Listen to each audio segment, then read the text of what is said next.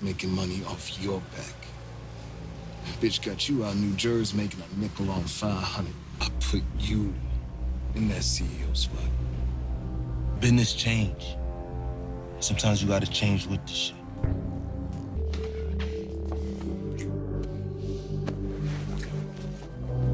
What about that white cop then? She know everything. Because I'm sure that all this shit, everything that's happened tonight, can somehow track back to Howard and the endless fucking lies he's been telling me and everyone else. I need your gun, your shield, and your ID, Shannon. You're making a mistake. Don't matter if she a cop or not, man. She know the score. God, who knows what else you could have done? Who knows?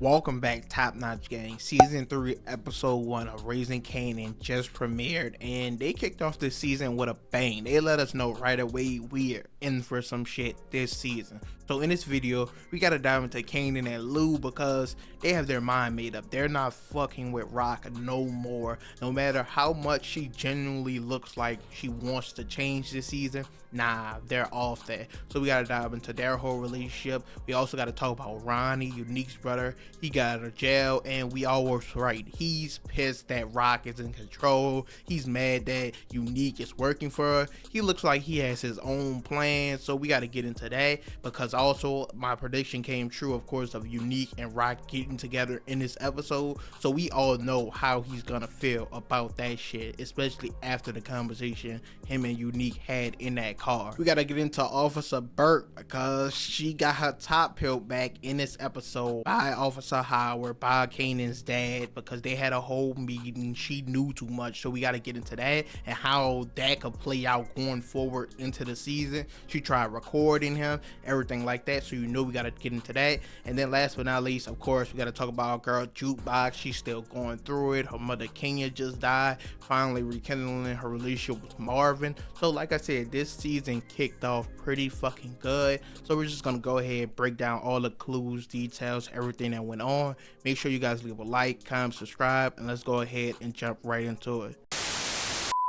So first off, we gotta start with Officer Burke. Man, these overzealous law enforcement, it never ends too good for them. Look at Sax, look at Stacy Marks, like it just never goes right. Look at Angela, like no, you can't do this. You can't keep pushing and pressing, letting these people know you know the information on them, you want to take them down and expect this shit not to happen. She kept pushing, kept pressing, trying to tell the whole police department that Howard was a dirty cop. Of course, he got Rock pregnant, Kanan is his son, everything like that, how he got Stan killed. But no, they're not trying to hear her. They're thinking she's crazy. So her boss, of course, let her go, took her gun, took her badge, told her to go home. She's suspended. She went, talked to her dad. He's shitting on her. She's just not trying to hear anybody. She just wants to get the proof, get the evidence out there, make everyone believe her, because she is technically telling the truth, but they telling her chill out. It's not about you telling the truth anymore. Howard is not the one under investigation. You are. You need to chill. But no, she just kept pressing. Her dad yelled at her. Of course, her and her girlfriend eventually broke up. So at the last straw, her and Howard decided to have a meetup, and she decided she was going to record the whole conversation to try to get some evidence. Now Howard, he already had a plan for this meetup. Him, Rock, and Kanan met up earlier in the episode. Kanan let them know that she know everything. She pulled up on him in season 2, let him know that she knows Howard is his dad. He's the one who shot Howard. She connected all the dots, and he told Howard it doesn't matter if she's suspended, she's still the police. Something needs to be done about it. In the car, Burke off running her mouth about everything she knows he did, who he is, everything that's going on, and he just ended it. Pull a bullet straight into her head. He found the tape recorder. I don't know if she had another one. We're gonna have to wait and see that, but she was eliminated in this episode. Now, something I do want to point out is I made a Jukebox video talking about her path to being a cop being revealed, and I pointed out how she could possibly be the one to kill Officer Burke, or when Officer Burke Burke dies, it could have another big effect on her, because we know Officer Burke has looked out for her consistently over the past 2 seasons. Of course, when Nicole died, when Laverne went to jail, she got her out, so she looked out for her consistently. And we know, of course, Jukebox lost her mom, she lost Nicole, and now losing Officer Burke. She had a meeting with the counselor in this episode, and the counselor told her, kind of try to push her towards the military and law enforcement side of things. So that was the first nudge in that direction. So we got to see how the death of Officer Burke affects her, because she's been through so much already, and now she kind of just got the push in that direction. So I think it's going to play the biggest deal for Jukebox. Next up, we can knock Ronnie out the way. Now, we didn't really get much of him in this episode, but we for certain know he's not fucking with Rock. He doesn't like her in charge. His specific word to us, when he went down, he gave Unique the CEO position. So to see him as a clerk working under Rock, he's not fucking with it. And Unique is trying to tell him things have changed. It's not the same since he's been gone for 3 years, but he's not hearing that. Also, we see he's very observant. He pays close attention to his surroundings. He saw the blood on Unique's jacket from, of course, the night he went and saved Rock, shot the dude, saved Rock's life, and he paid close attention to that. Now, of course, like I said, he's not fucking with Rock, but we seen within this episode, Unique and Rock finally hooked up, and that's most likely gonna continue throughout the rest of the season. Now, lucky for us, in the season 3 trailer, we get a specific clip of Ronnie asking Kanan, does he work for Unique? So it seems like he's planning on doing his own thing behind Unique's back, not letting everybody know. Kanan specifically says, I work for me. So it looks like they can have their own alliance going on, but he's for sure not gonna listen to Unique and join this new regiment or new style of the way shit going. He's old school. He's not having it. He doesn't want Rock in charge, even though Rock said she's not fucking with this shit anymore. She wants to get out the game. She even told Unique that within this episode, but of course Ronnie doesn't know about this. He wants the top spot back. I think he's gonna do whatever he can to try to get it. In his introduction, they say, you know, that nigga that everyone's scared of, he's just so wild, they steer clear of him. They said that nigga steer clear of Ronnie. So the gang is in for some more problems if that gives us any detail or any insight into Ronnie.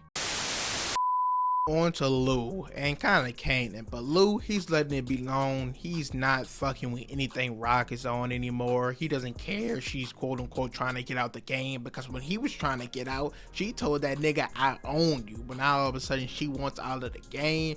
You can see a lot is weighing heavy on his heart and his head. He came clean to Marvin, of course, about the Scrap situation. Scrap wasn't a snitch. They took him out for no reason. And also, probably one of the biggest details of the episode, he kind of brushed past, but he came clean to Kanan in this episode about D-Wiz, that of course Rock set up the whole situation to bring him down, and that he was the one who killed him and pulled the trigger.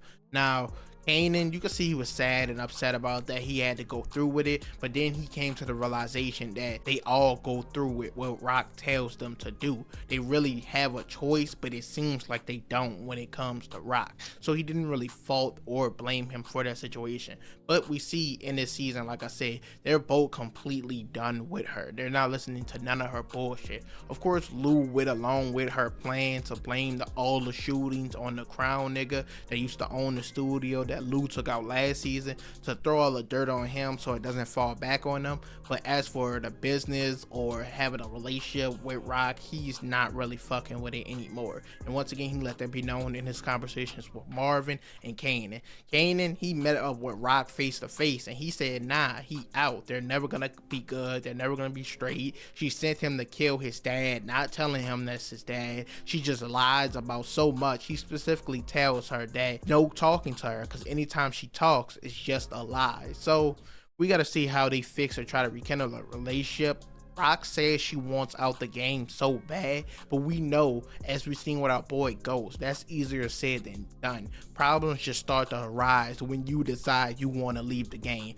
Some people always pulling you down, pulling you back. It's not, you can't just walk away from the game. And once again, we get another sneak peek or another treat from the trailer where Rock tells the Italian guy that she doesn't shoot her way out of problems anymore. She's trying to change, and he says he begs to differ. He don't think so. He doesn't see it that way. So once again, problems are gonna arise for Rock where she's trying to get out the game, but with all these problems coming up that she has to solve, Lou and Kanan is gonna see it as, no, you never wanted to leave the game. This is who you are. Just embrace it. So we just gotta wait and see how it play out. But it's not looking too good for our boy Lou. Like I said, a lot weighing heavy on his heart with the whole scrap situation, the whole killing D-Wiz. My boy is drinking crazy. So I think he's gonna get into a lot of mistakes and start fucking up for the rest of the season.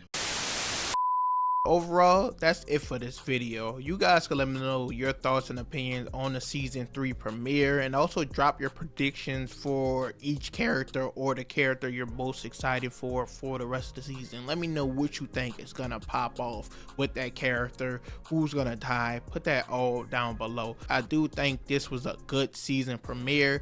The calm before the storm. At the end, once again, we got the Officer Burke kill. That's gonna set shit off for real. We gotta see how that comes into effect with characters like Jukebox, as I mentioned prior. But Rock, she wants out the game. It's not gonna happen. If my nigga Ghost couldn't get out, you can't get out. I'm sorry to tell you that. But once again, guys, leave a like, comment, subscribe, all your thoughts and opinions down below, and I'm out.